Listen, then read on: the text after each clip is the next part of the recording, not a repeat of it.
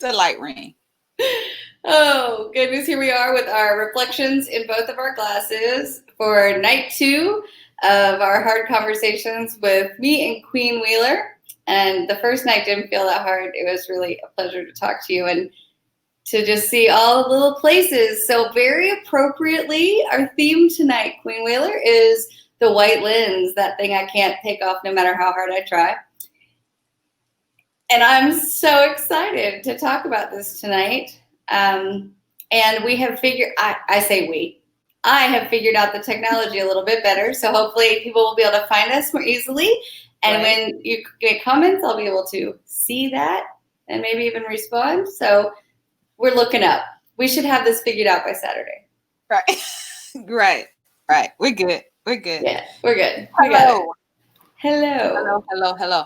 So tonight, the white lens. Yes. Tell me about it.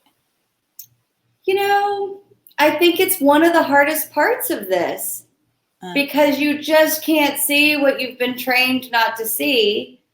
And so I learn something new and I think, oh, I can see that now. And then I turn around and there's a new presentation of it or a new version of it. And I just feel like, I think probably the white lens is the thing that's made me feel the most dangerous around mm, Black people and other people of color, because I just am like, my heart is good, you know? Like I really do want to do the right thing. I do want to be useful in the world and I want to not hurt people. I really value, like deeply value that. And still, like foot in mouth, so easily, it's almost always a white lens issue because I just can't see past my whiteness. yeah. I did not intentionally, I just throw out a subject matter and we roll with it, right? Um, but today, I just happened to be working on that part of the program too. Mm, But it wasn't in the uh context, well, of white lens necessarily, like not directly. But what excited me about is as I was working on it, um what I was defining or what I was showing is how the white lens is formed, right? Because I think that is part of the struggle for white people, is that they don't understand how the white lens was formed. Therefore, they don't know how to unform it or dismantle it because they don't even know what it is. right. We just say that all the time, white lens, the white lens, without really clearly defining it, not defining it based off of like our opinion and all of that, but literally defining it based off of how it came to be. Yes. And I think that's the important thing, is that when we're in what I'm bringing in this program is that when we are dismantling a thing, we need to know what the thing is. Because if you're sent to dismantle a radio, you didn't bother to find out what you're dismantling and you dismantle the car next to it, Right. that doesn't work. And I think that's a lot of what goes on, is because we haven't first looked at how the thing came to being so that we can identify what is it, what does it look like, what are the components, so that we know that we got it. When we, like, if a doctor did not bother to do x-rays, right, and studies to see where the cancer is, how big it is, where it's located, then it's possible that they'll go in and take something out that's not the cancer, right? Just something that he thinks might be. And I think Yeah. that's a lot of what's been going on. And the effort to be a part of this anti-racist movement, and an effort to do something so that you can hold on to your goodness, Right. right? So you can hold on to your goodness, your sense of righteousness, your sense of what you know yourself to be. You go in and start just touching stuff and moving Right. stuff and fighting stuff and talking about stuff and not even Right. sure And then you have the issue of being harmful unintentionally, which is worse than being harmful intentionally, right? So now you've added that onto your plate.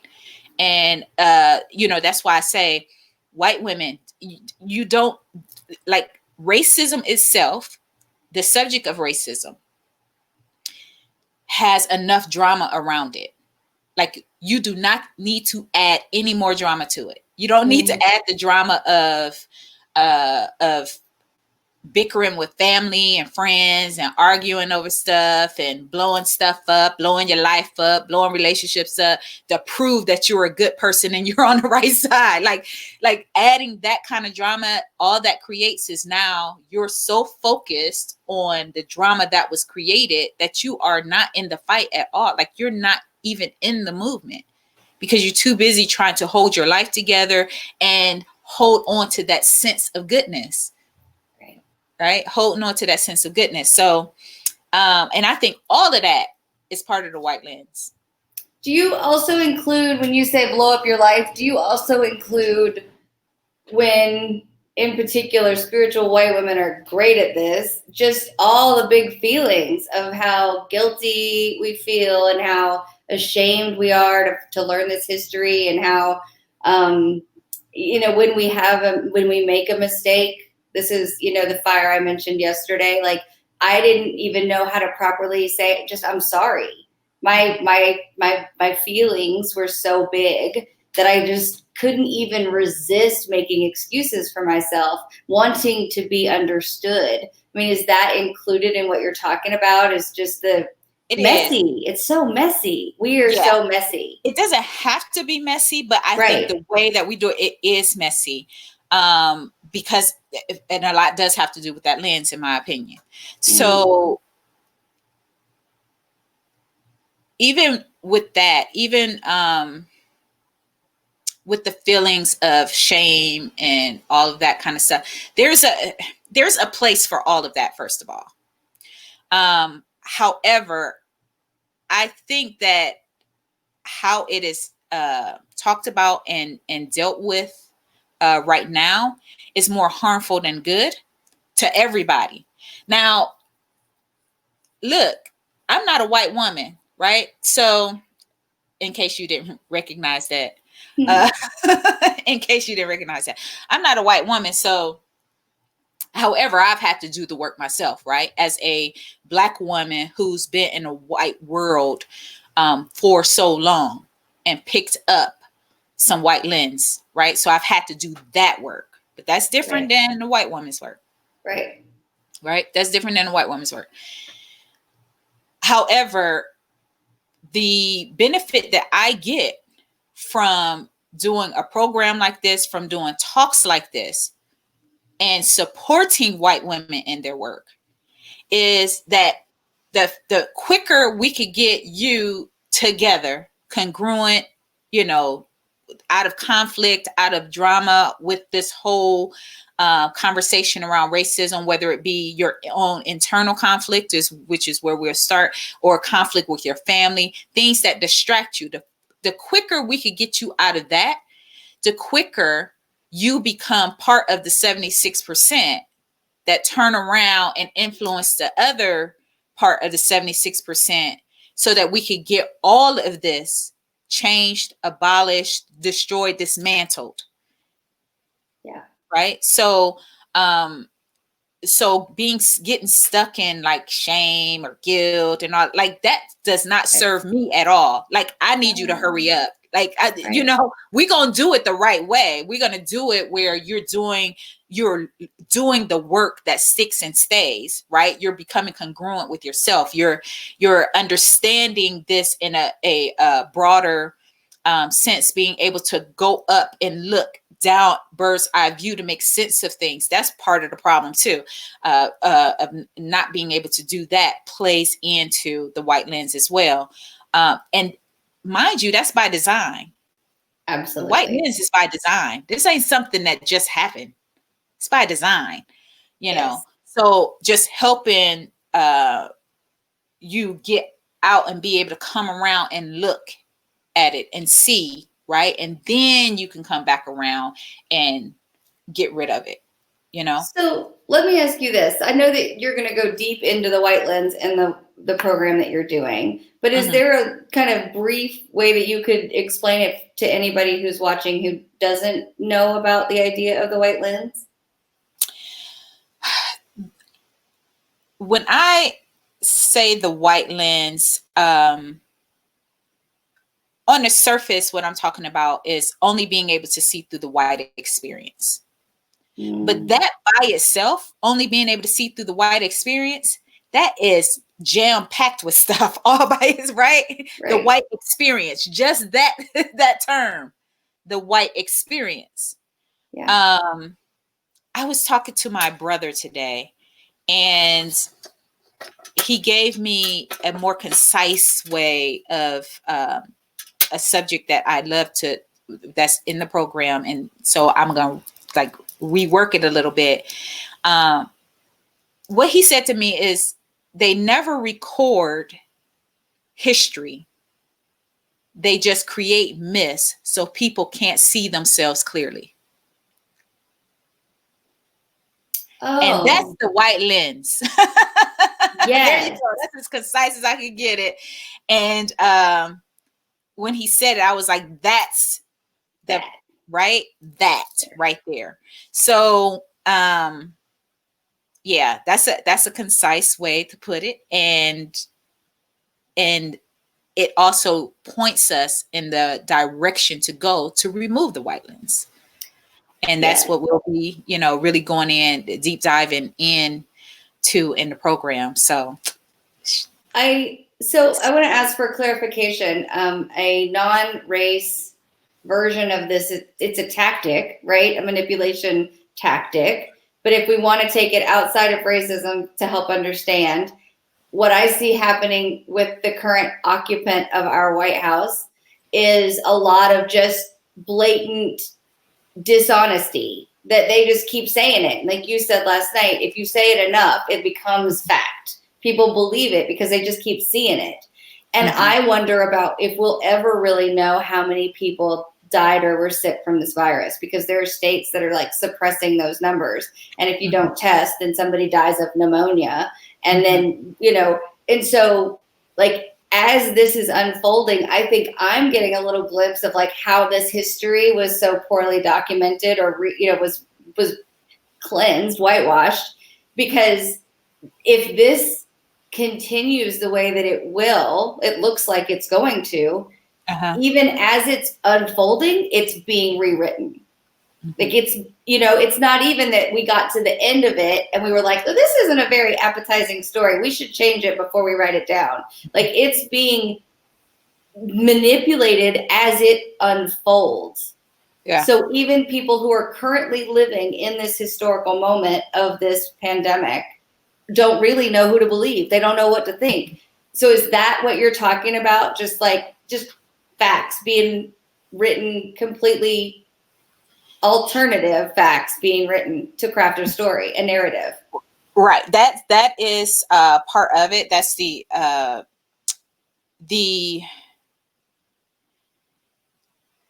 that's the ability to control the narrative that traditionally white people have held. Mm-hmm. They've held that power, the power to control the narrative. And it's not just here in the United States, right? This is around the world. This is not just in the United States. Europeans have had the ability to control the narrative. Right. And however, there are always people writing, no different than how I write and how you write. Right.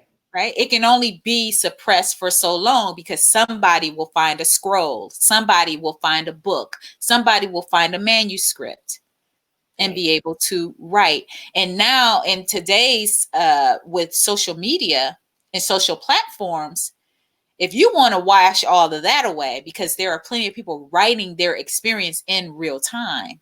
Right. So it's a little harder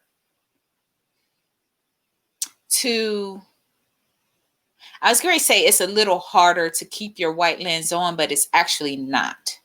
Because part of the white lens is the ability to choose to see only what you want to see, to see only how you want the world to be presented. Right? That's part of the white lens. Right? And so it is more than possible to have, well, hold on. It even using that wording that makes sense in today's it's more than possible. No, it is happening. It's not more than possible. It's happening. You have plenty of information out there, accurate information and access to it. But the privilege of being able to live with the white lens is that you get to control your world. Right. You get to control what touches you. You get to control what you see, what you hear, what you believe, what you think. You get to control that without it ever necessarily having to be challenged or touched. Right. Right. That's part of the privilege of being able to live with a white lens. Right. Leah is here watching, and she said, we follow those people who we agree with or who agree with us. Social media lets us choose to stay in the echo chamber or get out and discover a bunch of different lenses. I have found that having children, or let me just say this, having the ones that I had they're adults now. They're going to be 21 next week and 22. And so even if I was doing the echo chamber thing on Facebook, or like, you can't do it with them because they're coming home and saying, no, really, this is what's happening. No, you can't say that. I mean, there's been 1,000 things that they've said, we don't use that word anymore, Mom. We don't do that anymore. And I'm like, what? We don't? How? It turns out they named it kind of strawberries last time they were, around, and they said, and they're not even this brand of strawberries. And my wife said, how do you know? And Seth's girlfriend partner said, we have a chip in our brains that just tells us what companies are bad, because it's like they know so many things that I have really, they've kind of at least aided in my waking up and maybe even forced it. But obviously not everybody's kids do that, but mine do. Girl, let me tell you something. Mine's are,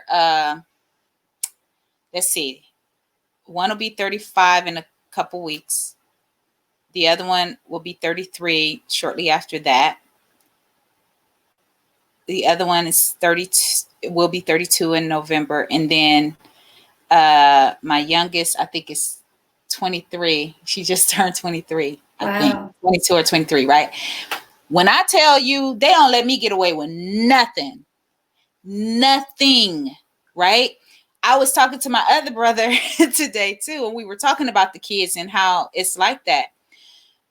And when they get in a conversation, and now you see, if I'm in conversation, I can talk, right? Right. My kids, if I see them jump into a conversation, especially on social media, I sit my behind down. Right. I sit down because, number one, now you have to understand, I know I'm their mother, but like, aside from being their mother, right? My kids are amazing human beings, like, for real. They are very articulate. They are very introspective. They're very conscious of the world around them and of the world within them, which is why I'm so proud. They're conscious of the world within them, and they're able to articulate those things, hold these like really great conversations with anybody on just about any subject, right? So they're amazing anyway. But when they come out, girl, I just sit down, and they did that on, my brother was telling me there was a post going on, and they jumped in because there was some racism and all of this kind of stuff. And my brother was in there trying to help the guy out. And my brother said he just left it alone. Once the kids started, he just left it alone. And I said,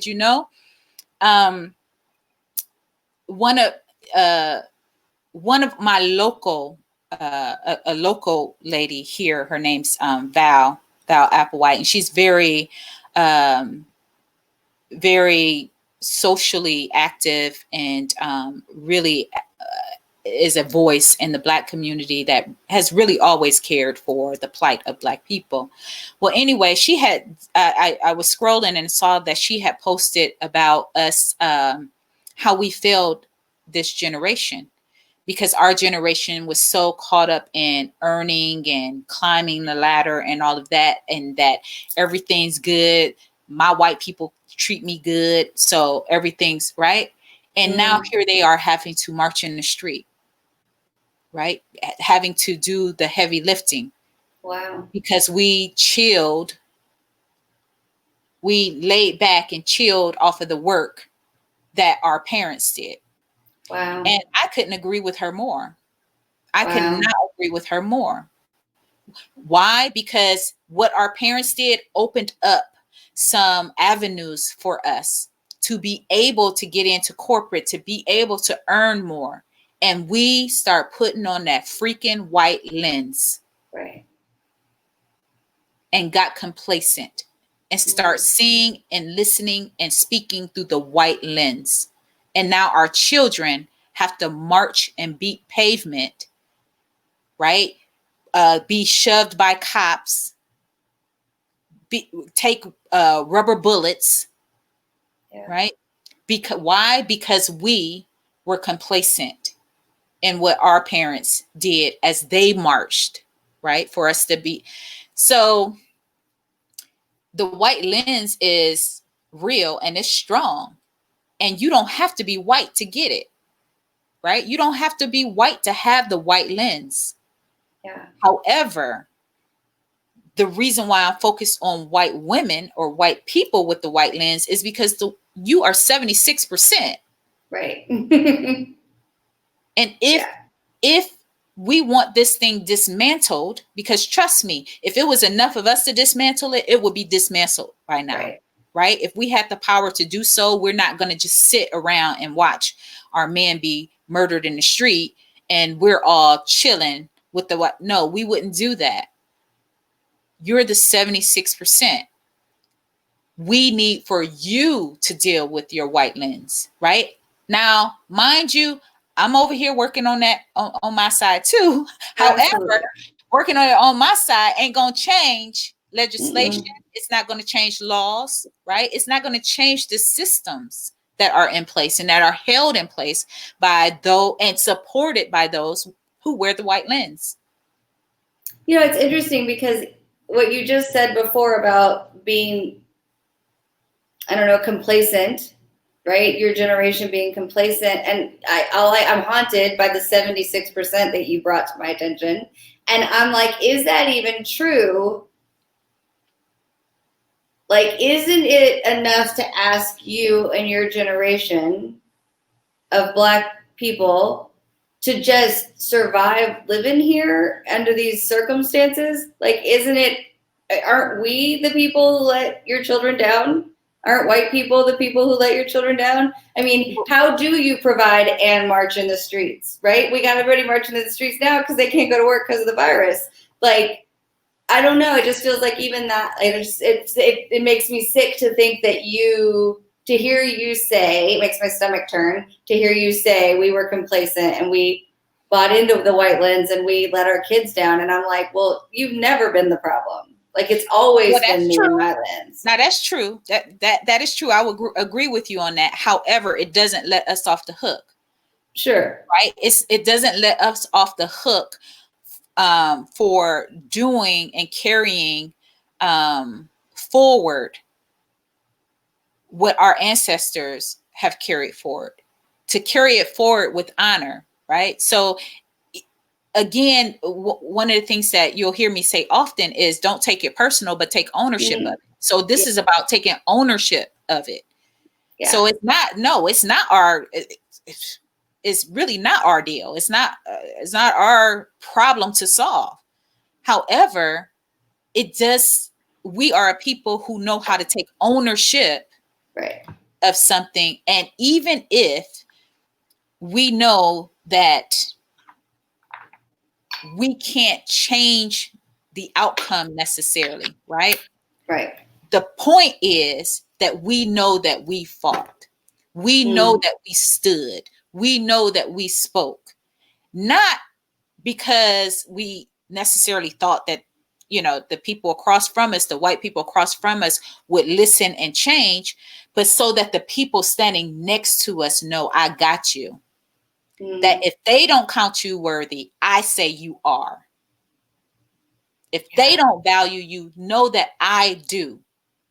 And that I'm willing to march, even if it's a fruitless thing. I'm willing to, and I'm not saying it is fruitless. I'm just saying, even if it were, even if there was nothing going to come out of it, I'm going to do it, not for them, but so that, the people standing to my side, the people standing behind me, right? My children, my grandchildren, my great-grandchildren, so that they know that regardless, I'm going to show up for you because I count you worthy, right? I'm saying that you deserve better. I'm saying that it's not okay for anybody to kill you in the street because of the color of your skin. So regardless of whether they're listening or not, I will scream it, I will march it, I will talk it, so that you know, as you grow up, that you are worthy, that you are human, and innately, right, have a right to life, to freedom, right? Freedom to move, freedom to be, freedom to think, freedom to speak, all of that. So regardless of, whose issue it is, we're the ones who are getting the brunt of it and getting harmed by it. Right. So, that's kind of like saying, if somebody stabbed me, isn't it their responsibility to take the knife out? Well, own it. Yeah. Just deal with the knife. But that don't mean I ain't gonna be trying to struggle and get that knife out myself, even if I know that it's impossible. My desire to live and my desire to be is so strong that I'm gonna still try. Right. Yeah. Okay. Leah said something else that it's a good point and also sparks another thought for me. She said the white lens seems more like a black hole. We all get sucked in.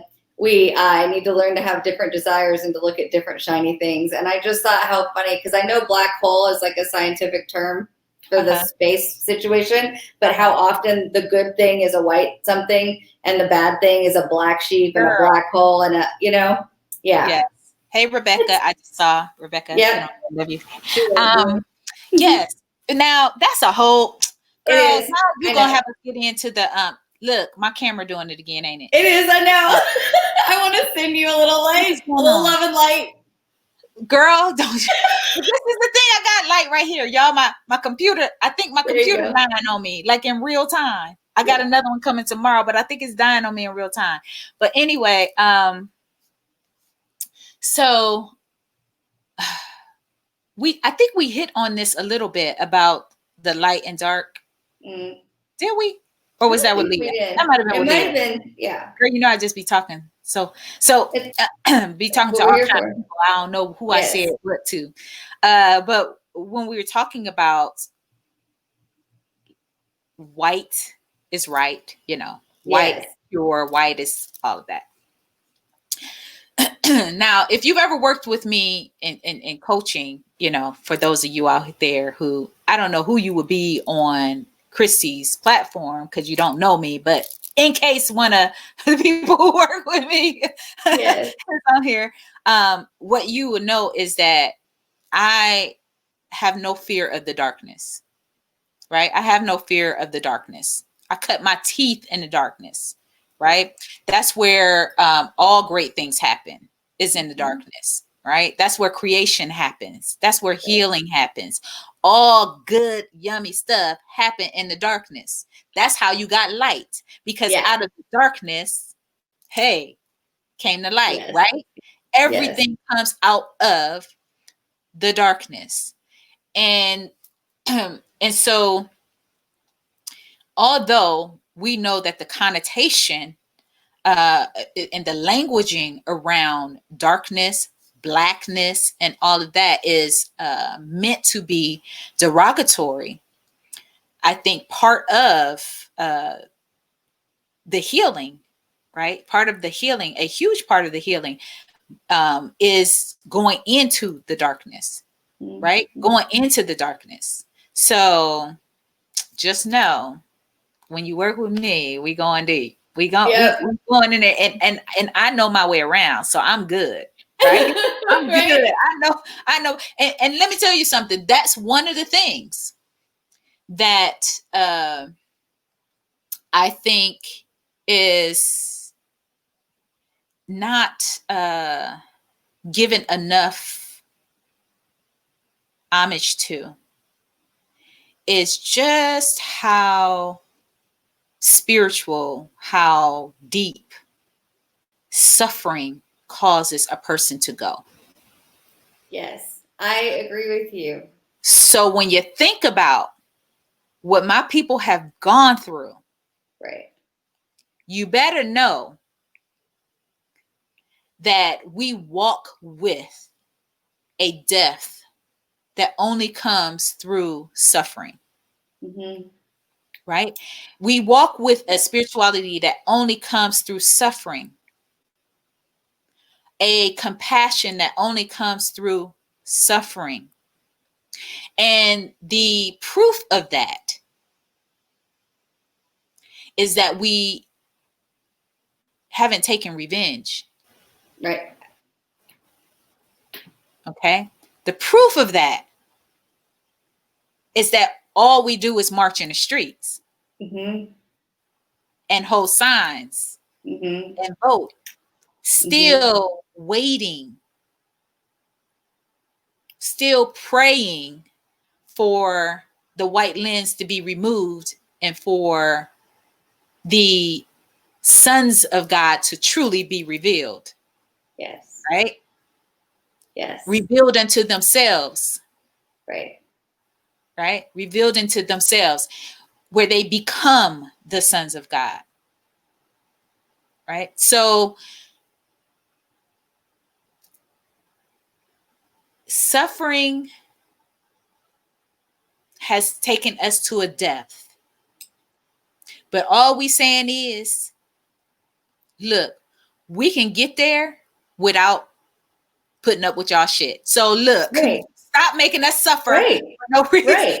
I went all the way deep and came all the way back up to, so just get off our neck. Just Right. the bottom line is Simple enough. like, Yes.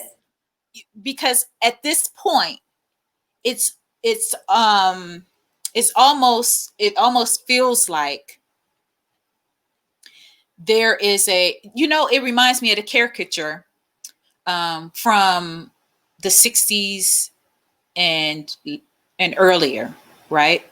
The well, no, even farther back, but 60s and earlier, because they were still posting, and somebody's still posting it today, I'm sure. If we did a Google, we'd see it. Mm. But of the happy enslaved person, smiling and singing and all of that stuff. Mm-hmm. And it's starting to feel like that's what white people see us as: happy, Yeah. smiling, and dancing. So Right. obviously there's nothing wrong. They happy with being here. They lucky to be here. They look, we keeping them from being in Africa and being poor and starving. And we're right. It feels like there's a little bit of that going on. Mm-hmm. That they see us as caricatures from long ago, shucking and jiving, dancing and singing, whistling as we work, meaning, oh, they're happy to be here. Having the best damn time. Right? Like, They're happy. no. Yeah. But I'm saying, no, don't No. get it. Like I'm telling you, people gonna keep on messing around. And I say this lightly, but I mean it heavily. We gonna keep on messing around until things get to the point where you have to be hit over the head with it. You know how people Right. say, well, Right. first God The will whispers. whisper in your ear Right. and Right. give you a nudge and then a tap. And next thing you know, you get hit over the head. Yep.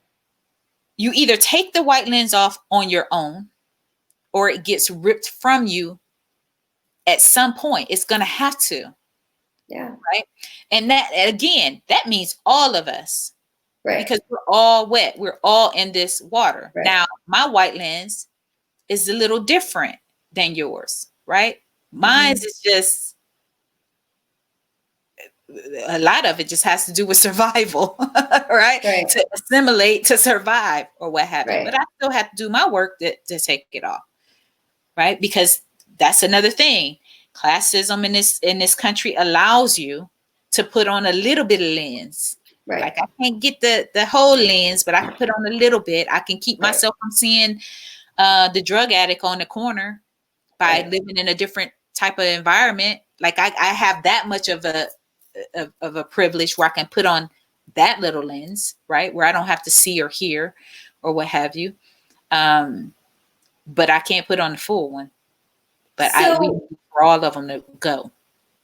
Yeah. So when it comes to the white lens, you've talked a lot in these 3 series, and then we mentioned it again last night. You know, your own sort of internalization of white ideals and white thoughts and white standards, and you know, just sort of buying into whiteness yourself, and that you've had to do a lot of work.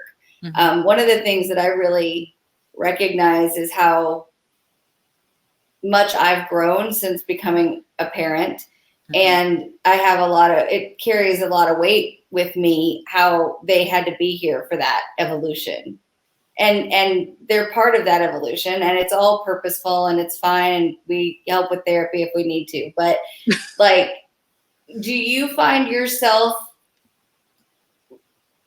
I mean, have you talked to your kids about the ways that maybe that lens affected the way you parented them?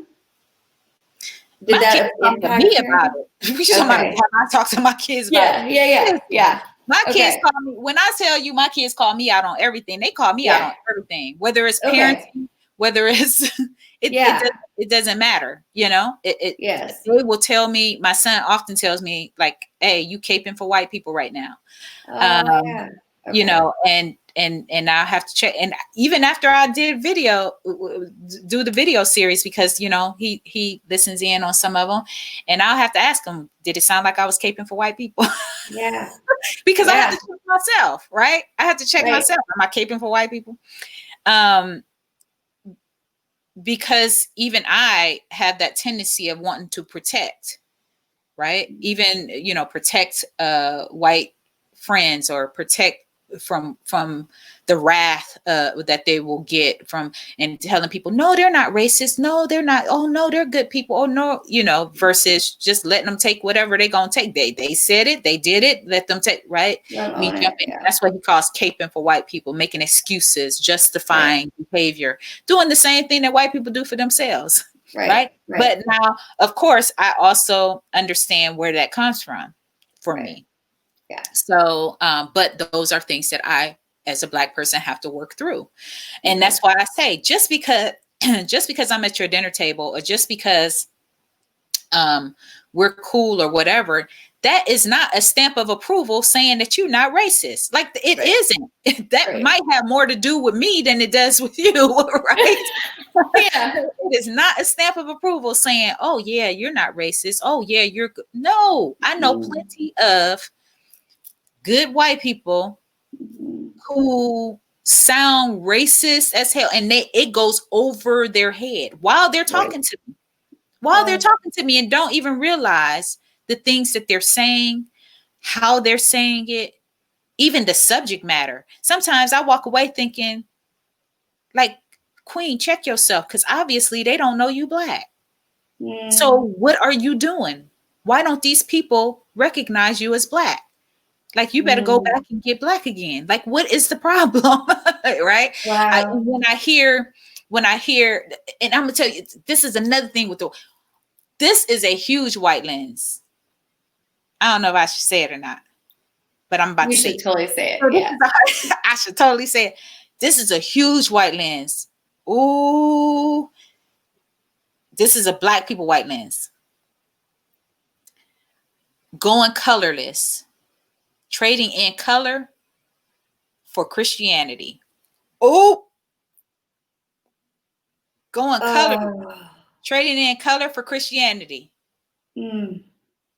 I saw a Black female preacher, people posting her, and she's a dynamic speaker, and she said she don't want to be seen for the color of her skin. What she wants to be known for, she is a Christian woman. Now she kept woman in there. She just erased Black. I am a Christian first. I am a woman and I am a Christian first. The only thing, and I thought, did it not occur to her that the only thing she marked off was Black? Interesting. She didn't say, I'm just a Christian. She said a Christian woman. So she kept the woman and erased the Black. Wow. Right? And that just goes to show, one, how we can put on the white lens. Okay? And two, what this thing has done to the psyche, to where you feel like that is something to brag about. Right? That you're higher than your Blackness? Yourself. Yeah, to erase your Blackness. Yeah. To go colorless in the name of Christ. To go colorless. Now, first of all, I don't know. I haven't studied or seen or read or had any interaction with Christ that told me to go colorless. First of all. Right? Never. And from what we know, Christ was my color. Right. So, yeah, I'm not sure. Like, you didn't erase them too. Like, it's just, yeah. So is that, like, in that situation, I'm not, like, it baffles me because it sounds like the flip side of that coin that white people say, I don't see color. Mm-hmm. That's definitely the white lens. Right? Like, I don't see color. And I can remember hearing that. I don't know if I said it. I don't know if I had cause to say it, but I can remember thinking those kinds of ideas, that I fancied that everybody deserved to be treated the same. And then when I started hearing people say that, more recently, since I started talking about race more, it feels like,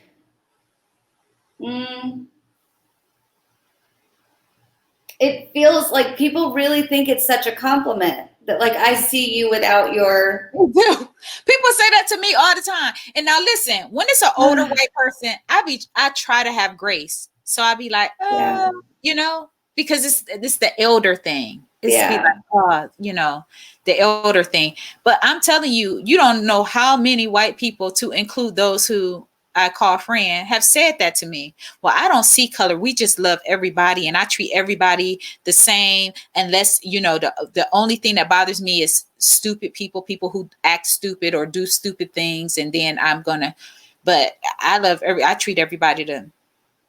No, that's a red flag right there for me anyway. Yeah. But now you just you erased me.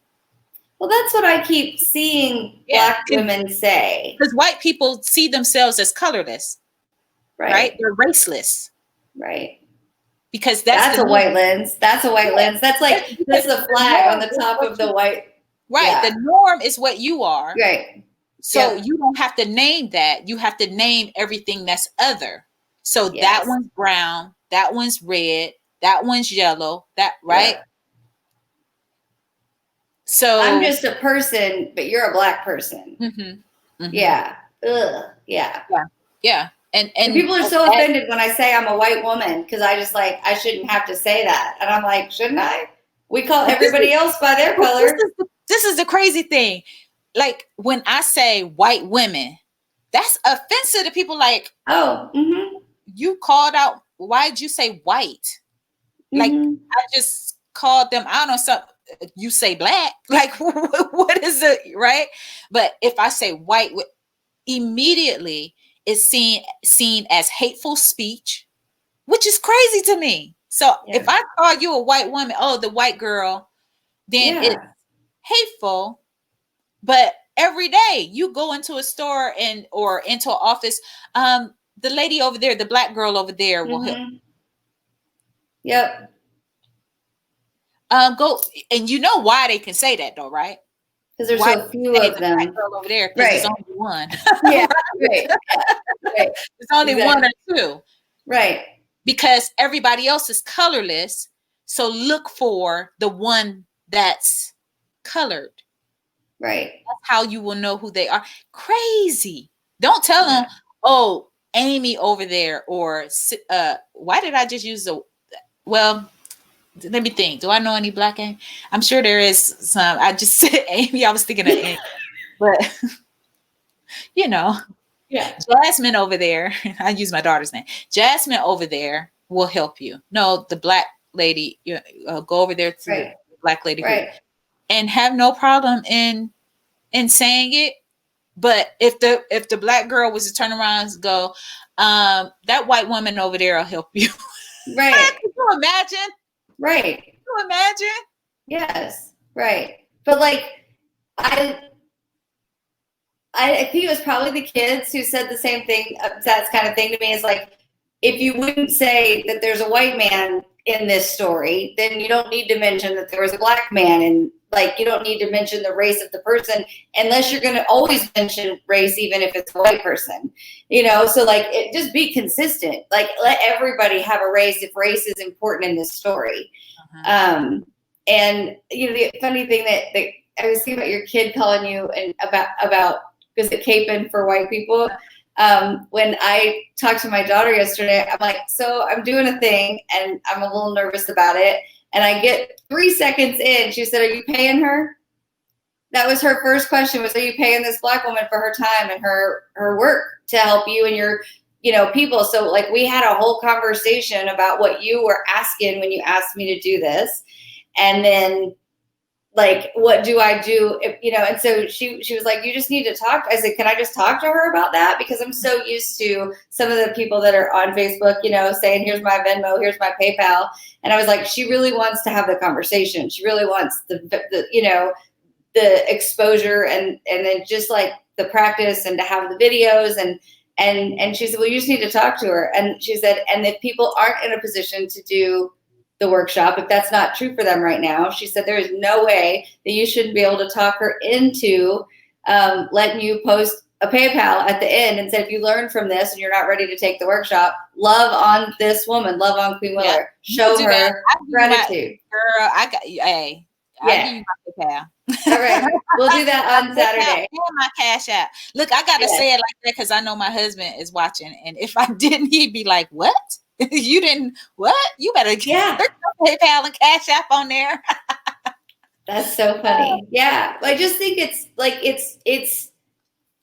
so you have this rich wealth of knowledge from just living in a black body, a black woman's body, that you're sharing in addition to your academic pursuits, right? Where you've done the work and you've learned and you've paid other people and for you to come here and have this conversation with me, even if it was your idea and you asked for it, it's still work and you're sharing from your experience. And if I was doing this, I would expect to be paid, even if it was in referrals or leads or whatever.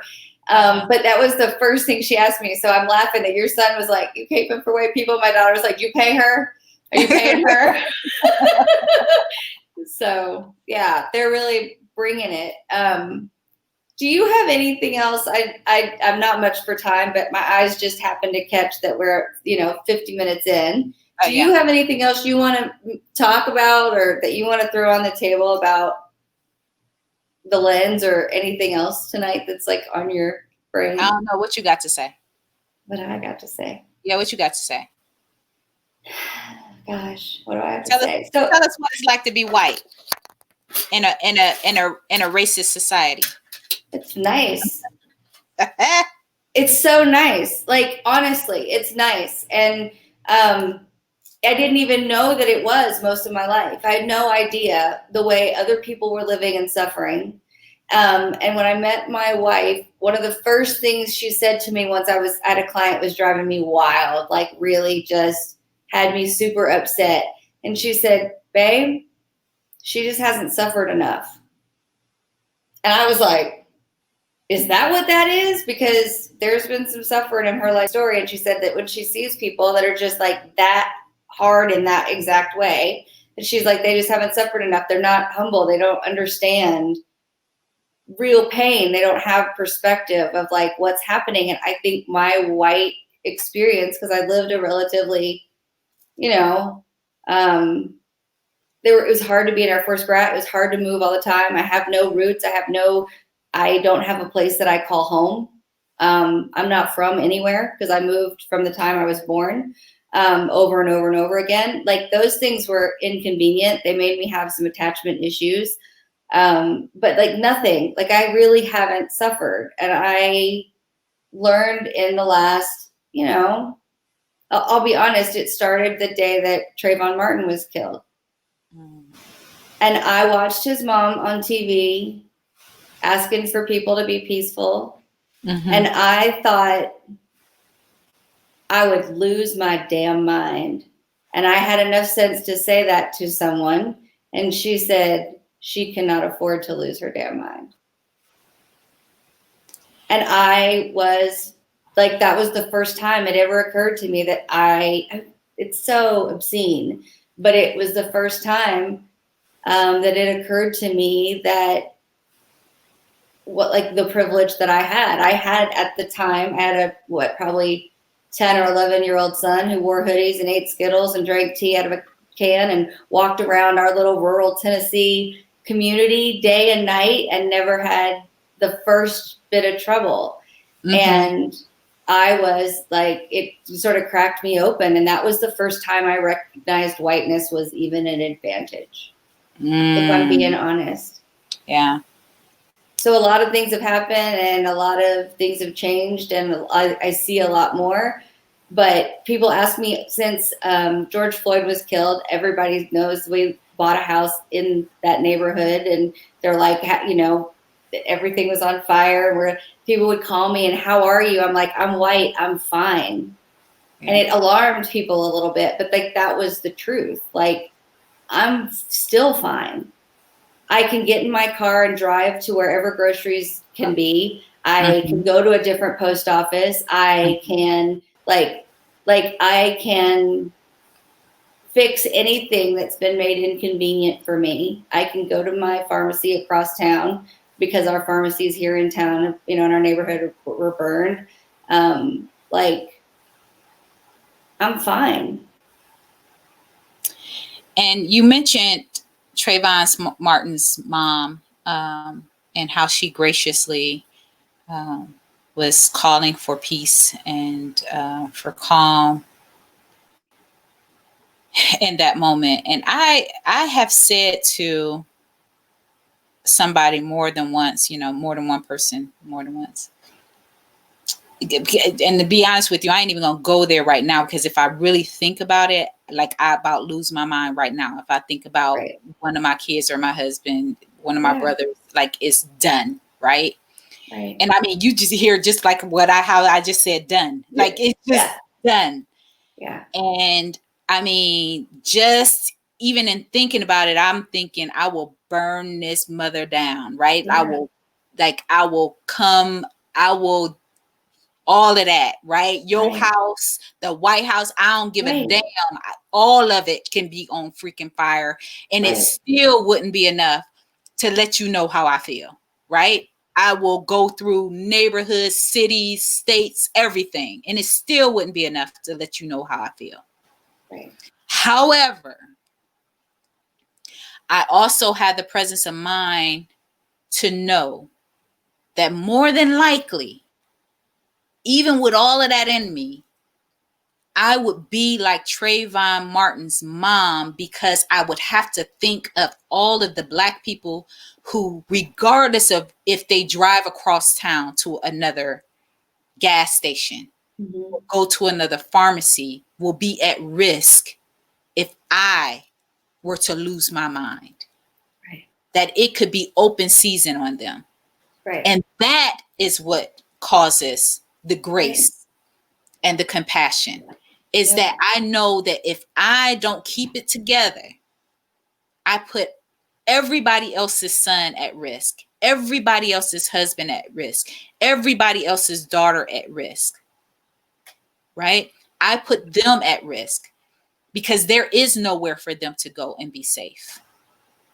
So if I poke the bear, who a large amount of them are NRA card holding members, Right. with guns in their back seats under their beds and just waiting for the day, to be able to say that they stood their ground, Mm-hmm. right? I would have to think about all of that in the midst Right. of the loss and the hurt. And that's what Trayvon Martin's mom did. And that's what so many other moms and wives and sisters and aunts and fathers have done when their children, loved ones, have been murdered, is think about all the rest of the Black people in America, Right. who would be at risk if they were to lose their mind. Yeah. And give white people an excuse to use their guns. Right. So even That though I is would an want to burn all of the Mhm. country down, logically, I know that I wouldn't be able to afford to do that. And Trayvon's mom knew that she couldn't afford to do that because it was about something bigger than her. It was about her community. Well, and that's what we as white people don't like. That I think is what's almost fundamentally broken about us, is that we don't orient ourselves in community. And so while I think it is an undue and just additionally horrific burden for any woman or man or non-binary person, anyone ever, to have to keep their grief in check because of what it would do to their community. Mm-hmm. That is an unreasonable thing to ask of anyone.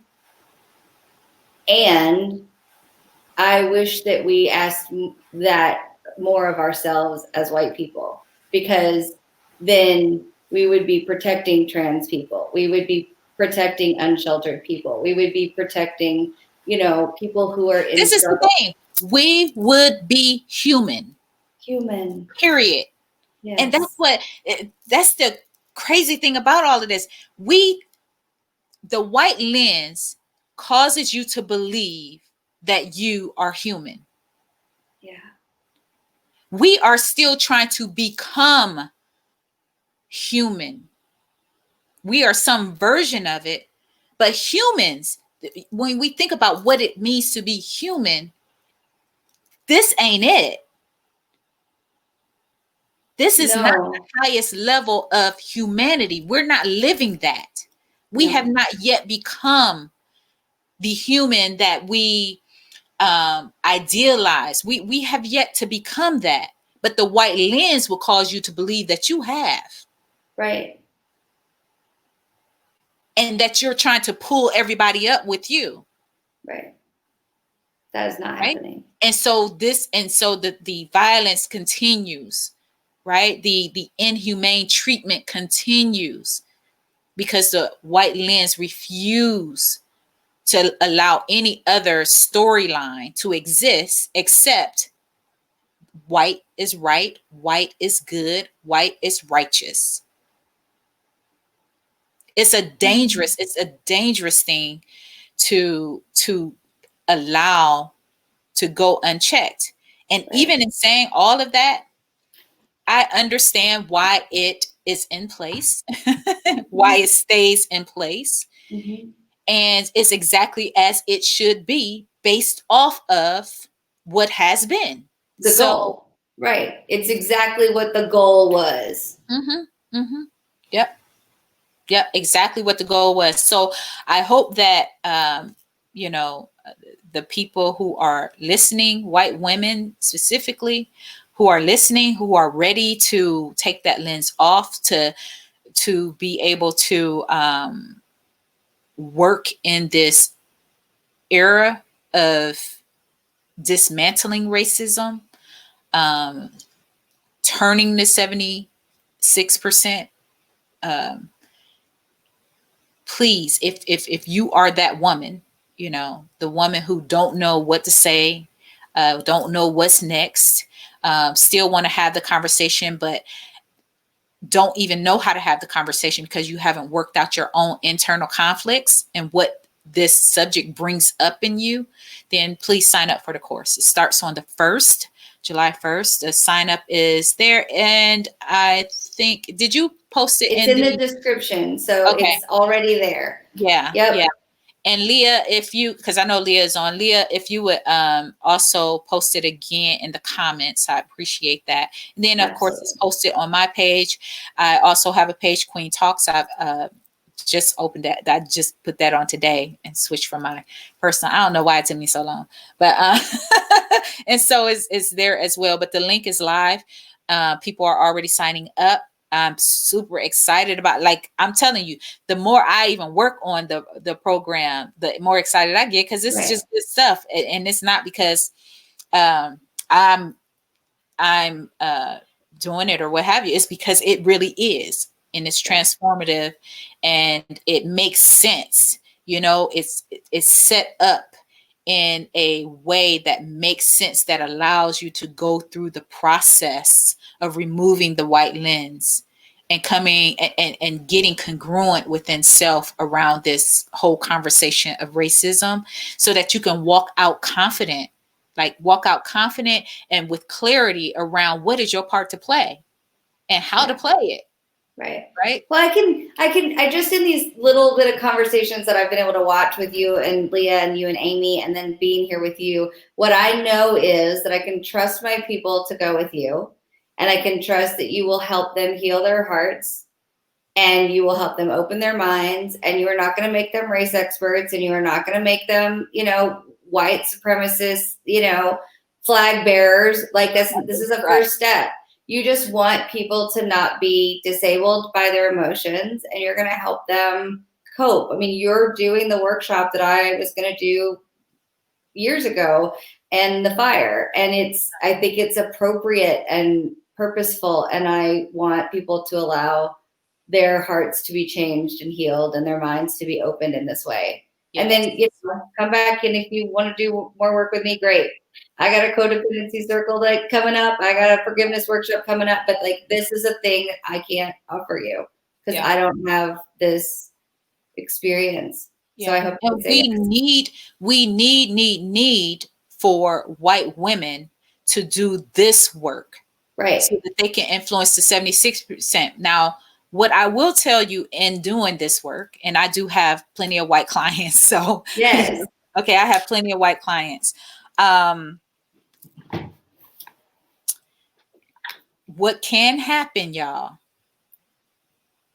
is that She's when like, you, warning, right, warning. I'm about to warn you. I'm about to throw what it down. can happen, y'all, as you do internal work and as you go on this journey of spiritual work or uh, personal development work, whatever you want to call it, it has a tendency of strengthening your white lens. I'm just going to Yeah. be real with you. It has a tendency because what you're doing is you're feeding into your goodness. And when you Yes. feed into your goodness, that lens gets stronger. You are convinced that you see things clearly because you just had a breakthrough. Right? I had a breakthrough. I got rid of this. I got rid of that. I put this off. And it causes you to overlook the one lens that shades everything.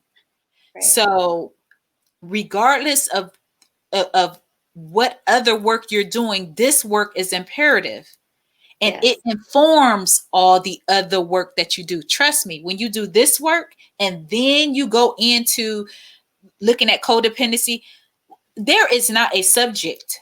There is not Right. a subject you can talk about with that I cannot connect back to slavery. Right. Not one. Talk about rape. Try me. Right. Talk about abuse. Try me. Talk about verbal abuse. Try me. Talk about families being ripped apart. Try me. Right? Brainwashing, Throw, gaslighting, everything. throw something up. Throw something up Yep. and tell me if it's not wrapped up in the historical event called slavery. Well, you know, that's our origin story. And we talk as coaches about people's origin stories and like, what was this? What were you made of? I was like, I have had a lot of epiphany about the fact that the relationship that I was born from started in adultery. That's my origin story. And it wasn't at the time of my birth, but like I learned as an adult that that's how that relationship started. And I was like, that explains a lot of things about my adult life. You know, like this is our nation's origin story. And so everything we are, even the way we treat people that are immigrating here now, the way that we educate people, the way that we eat, the way that we, I bought this house and I have moved my body more in the last 5 weeks than I did in the 3 years prior that I was living in tiny little apartments. Well, where do we put poor people? In tiny little apartments. And then they can't move their bodies. They don't have yards to tend. They don't have stairs to walk. They don't have all these things. They don't move their bodies. They're in pain. It gets harder to move. I was like, it broke my brain to recognize what home ownership does for my health. Girl, I've never had that. There's so many studies about that, right? There's so many studies about what home ownership does. And what was one of the major things that was kept from Black people? Home ownership. Home ownership. There's a reason for that. Still, there's a reason why they were put in a project right on top of each other. Right. There's all of that was designed. You know, all of it is designed. So what? Oh, we only 7 minutes over. We are like early. We're early. We're early. Yeah. Yes, but sign up, y'all. Yes. Leah talking about the patriarchy. I know. Well, and there, you know, I think it's when we're talking about race, it's easy to It's easy to just talk about race, but like for white women, we're seeing both, right? Yeah. Well, this is the thing. Now, I know you probably heard me say this on this thing. One of my girlfriends who going for her PhD, she's done now. She just finished in May. But anyway, a project that she was working on, not her dissertation. I don't know if it was part of her dissertation or not. But anyway, she had to study the benefit of the civil rights movement. And she found that the one who benefited most from the civil rights movement was a white woman. Right? I didn't know that, but my God, when you said it, my mind went. Yeah, exactly. It's the white woman, right? So white women want to act like, oh, well, you know, we've got to deal with the patriarchy and we got to deal with, listen. Yeah. Listen, if you handle the Black condition, you handle every condition. Because if you reach down to the because trust, just like white women benefited most from the civil rights movement, if you deal with the Black condition, they will give up on everything before they get there. They'll say, okay, no, we'll let the LBGQT community in. Okay, but not the Black people. Okay, all right. We'll let the this community in. Okay, not the Black people. Okay, they will let everybody live before they get to the Black person. So if you just work on the Black plight, believe me, it will force them to start treating everybody else well, just trying to avoid treating the Black man well. Damn, I hate the truth of that. Listen, I hate it. I just gave y'all the game plan to change everything. Everything. Focus on Black people and they will change everything just to try not to have to change that. It's like I do a lot of work with people around their homes, and every time they they'll write to me and say, well, I know I was supposed to be working on my closet, but like I cleaned the whole kitchen, just avoiding the closet. I'm like, that's fine. Like it all has to be done. It all has to be done. And I keep seeing a lot of things about lifting up and healing the way that we treat Black trans women, because if we could change the way we treat Black trans women, we will change everything. Exactly. Because that is the person with the least power in our society. And no matter what sector you're talking about, if you add Black to it, right, then you're gonna pull the whole group up. Right. Because if it's gonna be in the trans community or the LGBTQ community, add Black to it, you pull the whole community up. Right. It doesn't matter what you're talking about. Add Black to it, you're going to pull the whole community up, because you can be guaranteed that the Black side of that community is going to be the worst treated. Right. Yeah. Over and over and over and over again. No matter how many ways you slice it. Nice. Well, thank you for this conversation tonight. I have a lot of feelings, but I don't always feel them. And so it took us 2 full hours to get to where my heart was really open, and I appreciate your staying power to get me there. So thank you for that. Oh, it's only been an hour. No, I mean last night and tonight. I don't mean okay. No. I'm like, wait a minute now. I just mean the 2 conversations. So I'm looking forward to tomorrow and Saturday. And I look forward to my little pop surprise tomorrow when I find out what our topic is for tomorrow night. I'm looking forward to it too. I'm looking forward to the surprise. Yes, we like it. And like, it's funny because that kind of thing can look like it's a gimmick, but this is no gimmick. And everybody who knows me knows that's true. I don't gimmick. So if when I tell you we are picking a topic she's like, how about this? I'm like, great. And then we show up. That's what's happening here. That's real. Authentic and real. That's it. That's what I do. Thank you for bringing it. Thank you. And thank you to your platform for showing up and joining us in the conversation. Hope you guys will join us again tomorrow. Same time, same place. Yes. And we'll see how that one go. Yes. Thank you. I'll see you tomorrow. Good night.